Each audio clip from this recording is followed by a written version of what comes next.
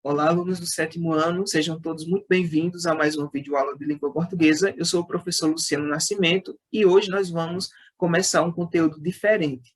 Nas aulas anteriores, nós estudamos o gênero notícia e finalizamos com a aula anterior, onde nós vimos a fala em situação pública. E nessa aula, nós vamos começar a estudar a construção do sentido. Como assim a construção do sentido? Como é construído o entendimento que nós temos dos enunciados que nos são apresentados ou dos que produzimos, né? As frases, os textos que nós temos acesso, a forma como nós compreendemos esses enunciados, ela é influenciada por diversos fatores, e é isso que nós vamos estudar a partir da aula de hoje, tá certo? Então, acompanhe essa aula, tá? É uma aula muito interessante, é um assunto riquíssimo e que vai acrescentar muito nos estudos de vocês de língua portuguesa, ok?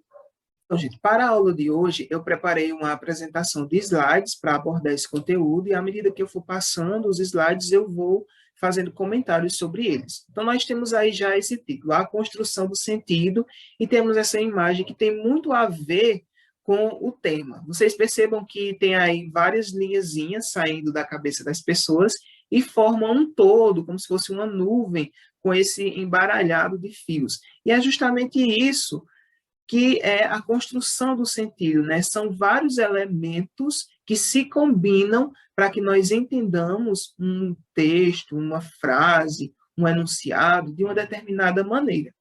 Nós vamos também entender esse conceito de enunciado nessa aula de hoje. Vamos começar. Em seus estudos da língua portuguesa, principalmente no sexto ano, né, que foi praticamente ontem, vocês viram que a comunicação é um processo interativo, ou seja, não ocorre somente porque uma pessoa fala uma mensagem e a outra recebe. Esse cenário não é tão simples e existem outros fatores que estão envolvidos nesse ato de comunicação. A comunicação é construída, então, pela relação entre os interlocutores para o estabelecimento do sentido do que é comunicado e envolve as intenções dos falantes, que aparecem de modo explícito ou não. Então, além desses fatores, né, externos e internos, também nós temos as intenções dos falantes, que às vezes aparece explícita no texto e às vezes não, como nós vamos ver em exemplos mais na frente. Todos esses fatores influenciam no sentido que os textos têm. Vamos observar como o sentido é construído aqui na sinopse do filme Rio. Esse é aquele filme que eu acredito que vocês já tenham assistido, né? O filme Rio. É um filme bastante conhecido. E aí a sinopse do filme diz o seguinte: o filme Rio conta as aventuras de Blue na Cidade Maravilhosa. E aqui ele substituiu Rio de Janeiro, para não repetir Rio de novo, ele colocou Cidade Maravilhosa. Mas será que ele escolheu esse termo Cidade Maravilhosa do nada, assim? Claro que não, né? Ele tem uma intenção. Quando ele escolheu Cidade Maravilhosa, ele quis destacar as belezas do Rio de Janeiro, né? Os pontos turísticos, né? A questão do carnaval. Então, gente, a escolha dessa expressão ressalta uma intenção. Qual é a intenção aqui do escritor? É destacar uma imagem ligada à beleza da paisagem, ao calor, ao carnaval, entre outros atributos, né?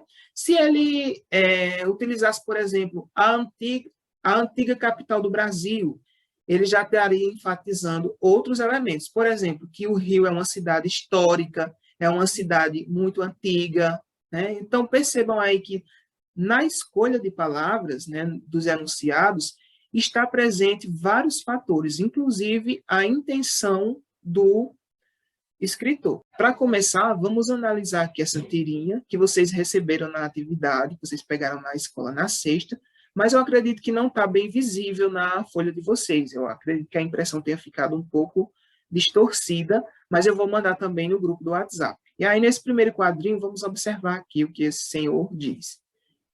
Ele diz: então quero uma vaga no meu circo. Diga qual o seu talento. Aí o rapaz aqui todo tímido diz: eu sei imitar passarinho. Perceba como ele está tímido. Ó. retraído. Aí o Senhor olha com essa cara aqui, meio abusada, e diz: imitar passarinho, seu talento é pobre. Se mande daqui e me deixe trabalhar, rapaz. Aí ele sai todo triste, todo tímido, e aqui no último quadrinho nós percebemos ele fazendo o quê? Voando, né? Literalmente. Então, quando ele disse aqui que sabia imitar passarinho, na verdade, o que é que ele estava querendo dizer? Que ele sabia voar. Mas aí o que foi que o dono do circo entendeu? Entendeu que ele talvez soubesse imitar só o som, né, do passarinho. O que será que contribuiu para que o rapaz fosse mal compreendido aqui? Vamos observar aqui alguns fatores. Ó. Percebam que ele chega bem tímido, na hora que ele fala sobre o talento, ele está com a cara bem retraída, bem tímida. Então, isso tudo contribuiu para que ele fosse mal interpretado, né? Para que o patrão não entendesse qual era o real talento dele. Talvez se ele tivesse chegado mais animado, né, com uma expressão animada, tivesse ficado mais claro qual era o real talento dele. Por outro lado também, né, a figura do chefe intimidou o rapaz e fez com que ele não conseguisse se expressar tão bem. Então, vocês percebam que aqui o todo contribui para o resultado final. Não é só o que ele diz, mas a forma como ele se comporta, né? A figura com a qual ele está se comunicando também interfere na forma como ele fala. Tudo isso são fatores que influenciam no enunciado, né? Então, na tirinha que nós acabamos de ler, nós vimos que há uma situação de interação entre dois personagens. Nos balões, as falas são chamadas de enunciados. Enunciado é o nome que nós damos a tudo aquilo que é dito em uma comunicação, em uma situação comunicativa. Então, tudo que é dito dentro de uma situação comunicativa é chamado de enunciado. No entanto, como você notou, ela não envolve apenas o que foi dito. Também é resultado das características dos interlocutores. Por exemplo, um é mais agressivo, no caso do patrão, o outro é mais tímido. O lugar social de cada um. Por exemplo, um é o dono do circo e o outro é quem vai pedir emprego. Do objetivo da comunicação, que é um pedido de emprego e uma possível contratação, da maneira como ocorre a interação, que é frente a frente, em um escritório. Então, talvez se esse pedido de emprego tivesse sido feito por e-mail, talvez a pessoa que estava pedindo emprego, no caso do rapaz, ele tivesse conseguido se expressar melhor, né? Tivesse conseguido deixar mais claro a sua intenção, o seu real talento, e tivesse tido um desfecho diferente, né? Então, percebam que tudo isso influencia nesses enunciados, nesse ato comunicativo. Todos esses elementos interferem na construção dos sentidos construídos. Vamos pensar, por exemplo, na pergunta que o chefe fez. Ele disse, imitar passarinho?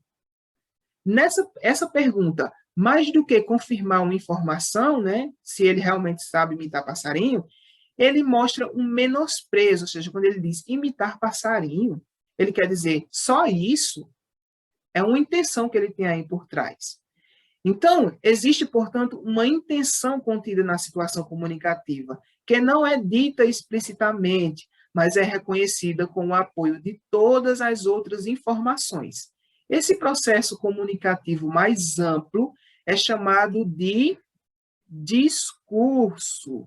Então, nós chamamos de discurso esse todo, né? Essa quantidade de elementos que influenciam para que a situação comunicativa aconteça. Todos esses fatores, o enunciado associado com todos esses fatores internos e externos, é chamado de discurso, tá, gente? Então, na próxima aula, nós vamos continuar falando sobre esse tema, vamos nos aprofundar mais sobre a construção dos sentidos, como eles se estabelecem, e vai ficando mais claro à medida que nós formos desenvolvendo esse tema, tá certo?